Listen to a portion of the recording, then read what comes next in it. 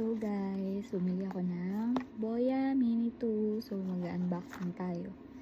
Diba? Unboxing, just walk up. Makagising mo lang pero kailangan mo mag-unboxing. Magsistart na talaga tayo mag-vlog. Totoo na to.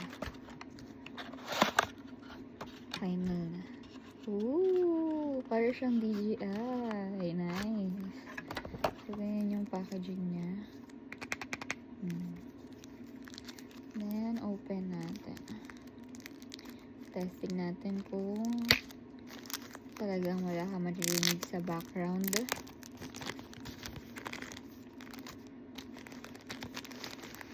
So, ganyan lang siya kaliit yung lagayan niya. Boya siya. Isa rin to sa pinaka mahal na mic bukod dun sa DJI. So, pag inopen mo siya, mayroon siyang dalawang mic and yung transmitter sa cellphone. So, insert ko muna sa phone ko para matesting natin kung talagang maganda siya. So, ito na siya guys. As you can see, umiilaw siya and meron siyang maliit na button dito sa side para i-click mo at mag-open siya. So, ang kagandahan nito, compare dun sa mga nabili kong mic is, yung pag nilagay mo siya sa damit mo is straight siya. Kasi yung iba is paslan. So, ang hirap niyang ilagay dito. Ayan.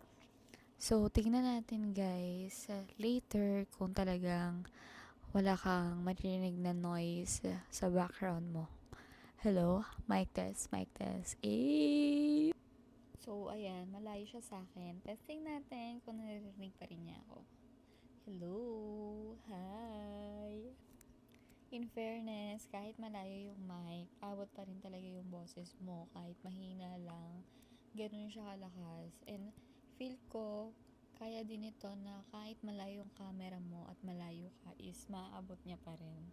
So, iti-testing natin to later. So, ang kagandahan dito is sobrang lang siya, handy pocket. Ayan, maliit lang siya, ganyan lang siya, maliit lang din yung mic niya. So, kailangan mo talaga siyang ingatan dahil pag nahulog to or nilagay mo sa bulsa mo, wala na, hindi mo na siya makikita kapag na-misplace mo kasi nga sobrang liit lang niya. Ayan, para ka lang naka-AirPods. Thank you, Boya. Baka naman. So, basahin natin. So, lagay ko muna siya dito. Ayan. Nandyan na siya. Then, basahin natin yung kanyang kung gaano siya katagal malulubat. So, mic 5G siya. True ANC up to 4 dB. Studio quality sound. So, ang features niya is 5G thumb size mic for discreet wear, upgraded AI noise cancellation up to 4 dB, 48 kHz, 24-bit audio, 80 dB SNR, 120 dB Mac SPL, limiter and safety track for distortion, free audio, Boya Central app for gain and EQ control. So, kailangan mo palang i-download din yung app. Then, 6 hours yung battery niya, up to 30 hours with case.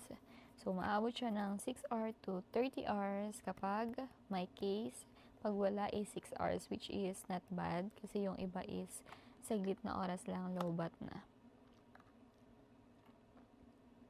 So, ayun. Sobrang ganda pala nito. Ayan, upgraded super mini wireless microphone with AI noise cancellation. Ayan, Boya. Pwede siya sa iPhone, pwede siya sa iPad, or sa mga Android na phone. So, excited na akong gamitin to, and let's do the vlogging! Bye!